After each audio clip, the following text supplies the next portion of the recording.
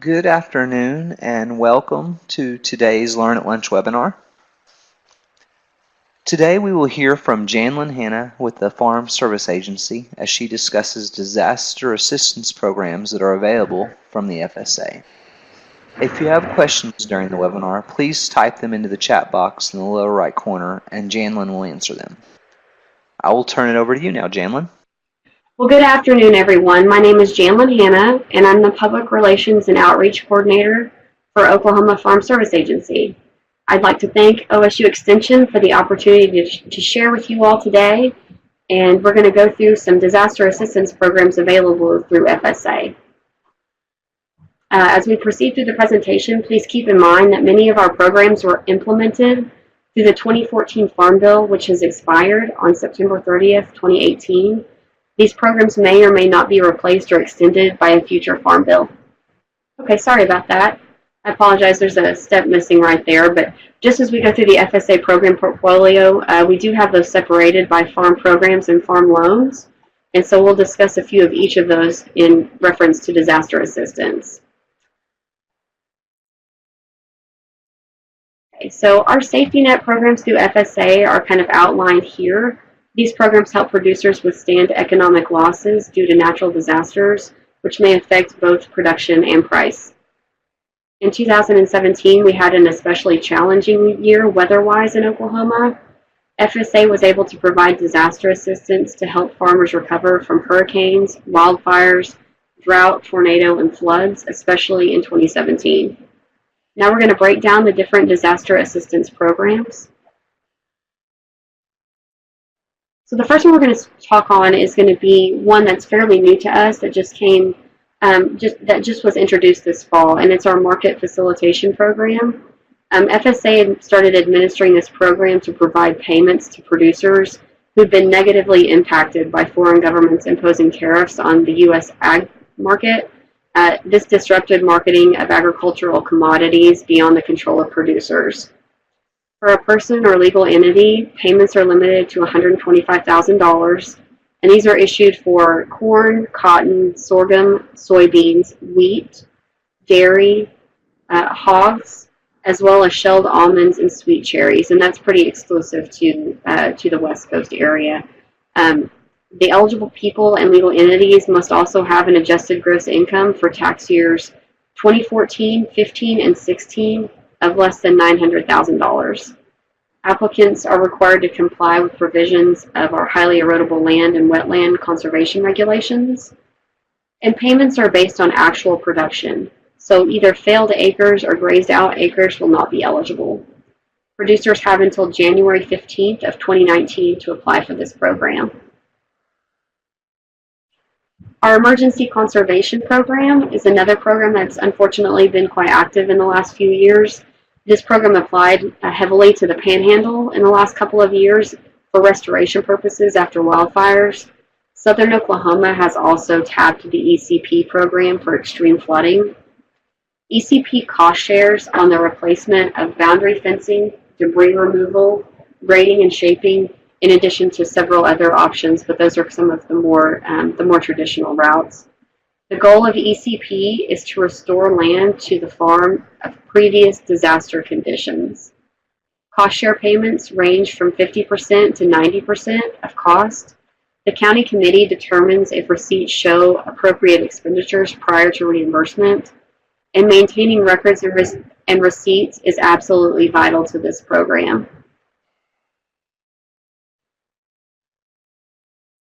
So here, and I apologize, this one's also missing. I'll get that to Brent after the conclusion of this. But here we're going to talk about the ARC PLC program, which is now expired.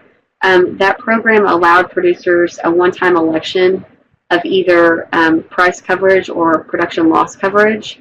Each farm had the ability to elect individually, and coverage was based on county-wide averages or the producer's own production history. Sign up for the program has closed for all commodities except for our cotton seed base, and that sign up ends December the 7th. The WIP program was implemented through the Bipartisan Budget Act, which allowed a one-time payment to producers affected by 2017 wildfires and hurricanes.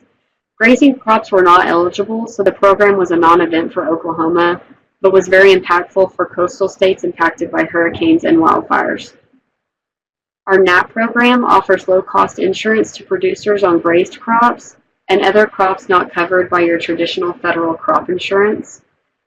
This begins at 55/50 coverage with buy-up options on certain crops, and the cost per crop for participation is $250.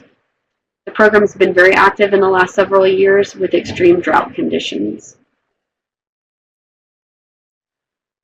Another program that we have used pretty regularly since 2011 is our livestock forage program. This program came about through the 2014 Farm Bill, but is now part of a permanent legislation. So this program will continue despite the Farm Bill being retired at this point. The program offers payments based on drought intensity, and that intensity is determined through the U.S. Drought Monitor.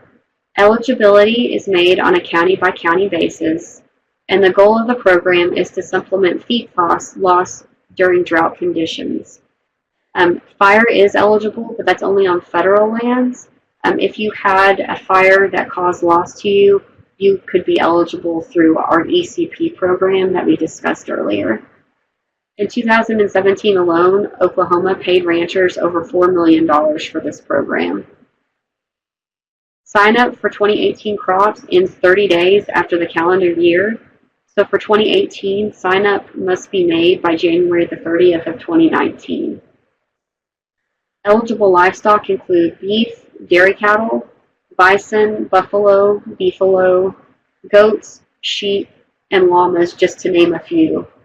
Horses can be eligible for this program as long as they are a true livestock. Any rodeo horse or show horses would not be eligible for the program.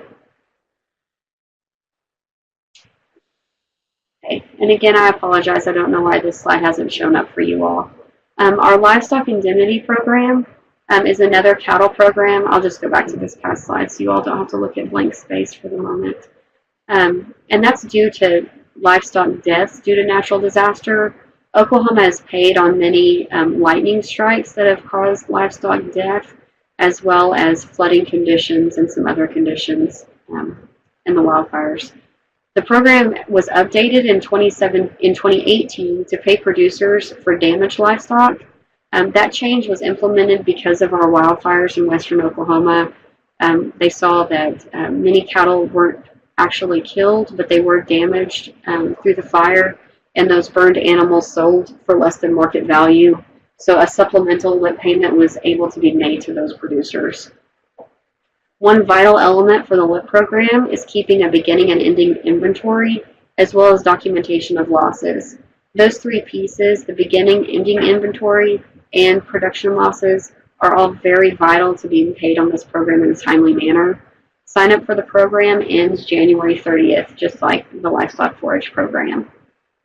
Any livestock deaths that occur throughout the year that are not due to natural disaster should also be documented, because producers do have to meet an average mortality rate before they're able to be paid.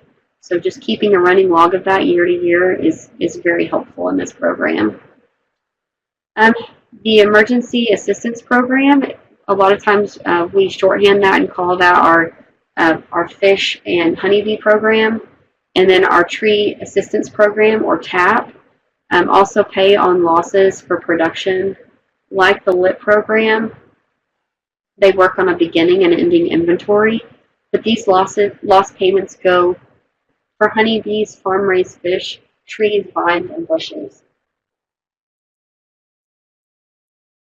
In Oklahoma, catfish farms, pecan orchards, and grapes are most covered. The Margin Protection Program, or MILK as we used to call it, assists dairymen at price protection.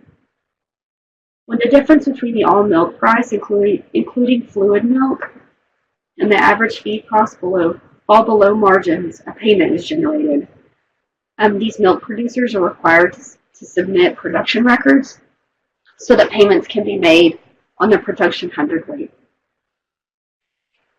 Our farm loan program also has an emergency loan, which is available through FSA. Once again, these have unfortunately been popular in recent years because of floods and wildfires as well as drought conditions. FSA offers low-interest loans for producers impacted by natural disaster. The program is triggered based on secretarial or presidential disaster declaration, and the current emergency loan rate in Oklahoma is 3.75%. Producers can determine that eligibility by contacting their local FSA office. One final resource I wanted to share with you all is our newly announced farmers.gov website. With the release of Farm Service Agency going under the header of our FPAC program, that puts Farm Service Agency in with the Natural Resource Conservation Service, as well as the Risk Management Agency, who does our federal crop insurance. Putting these all together allows producers to get resources more easily and help to do business through many USDA agencies.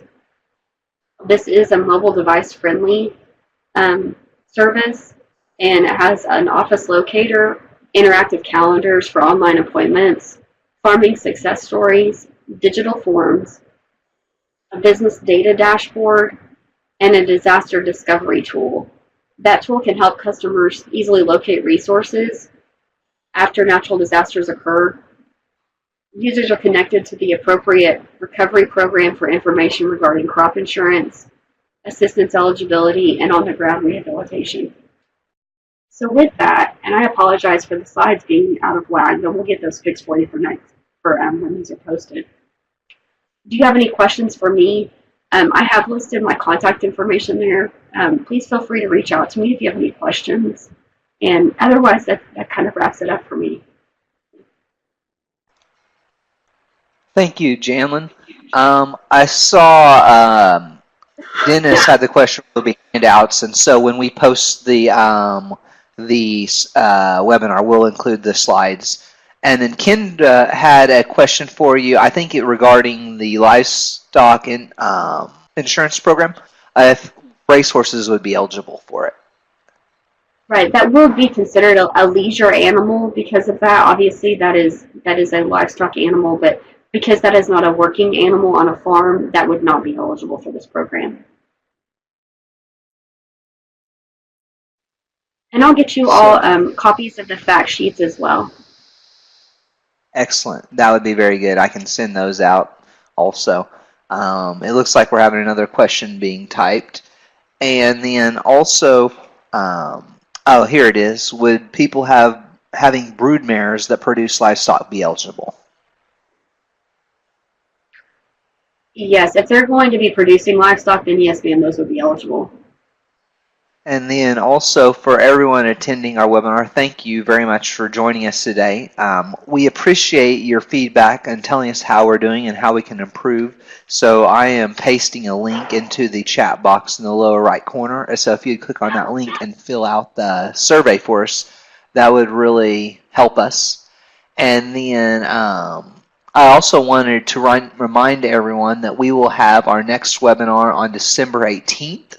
On end-of-the-year tax planning, and J.C. Hobbs, our extension and tax specialist, will discuss and present for this webinar.